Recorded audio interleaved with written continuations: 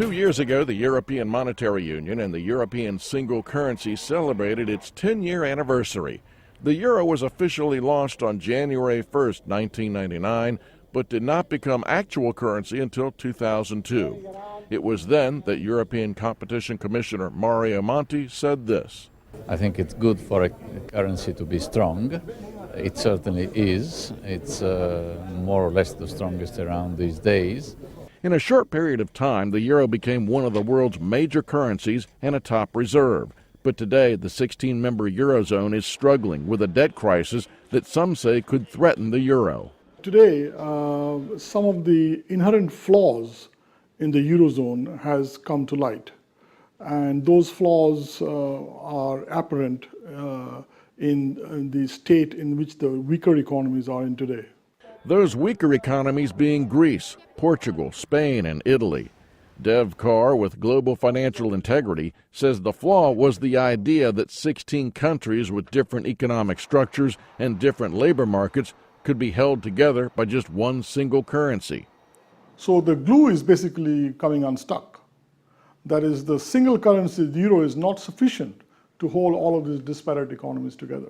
For example, Greece, the labor market is short. I mean, they cannot export their way out because they have no independent currency to manipulate. Their labor, the wages are high, benefits are high, and they cannot compete against German exports. Eurozone members have enjoyed a stable currency and profited from low interest rates.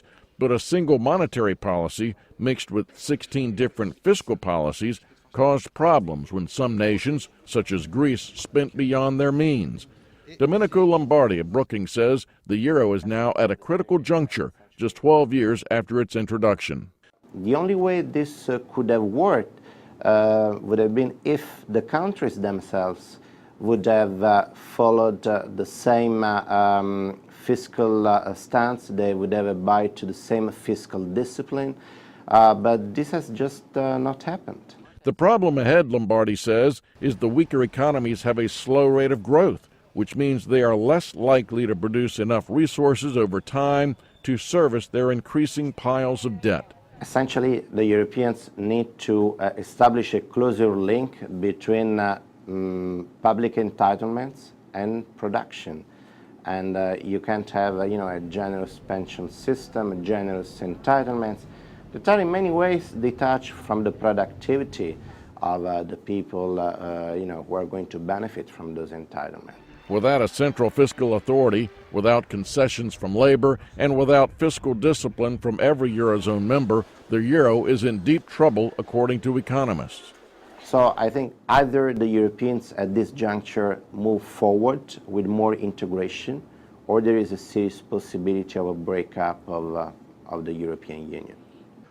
If there is a loss of confidence, and the loss of confidence is allowed to hit other countries as well, like Portugal and Spain, then there will be serious questions, not only by non-EU members, but also within the EU, that maybe this is not such a great idea after all. European leaders have put a rescue package together to help the nations deepest in debt, but analysts say a fiscal commitment not seen so far among the European leaders is what is needed now.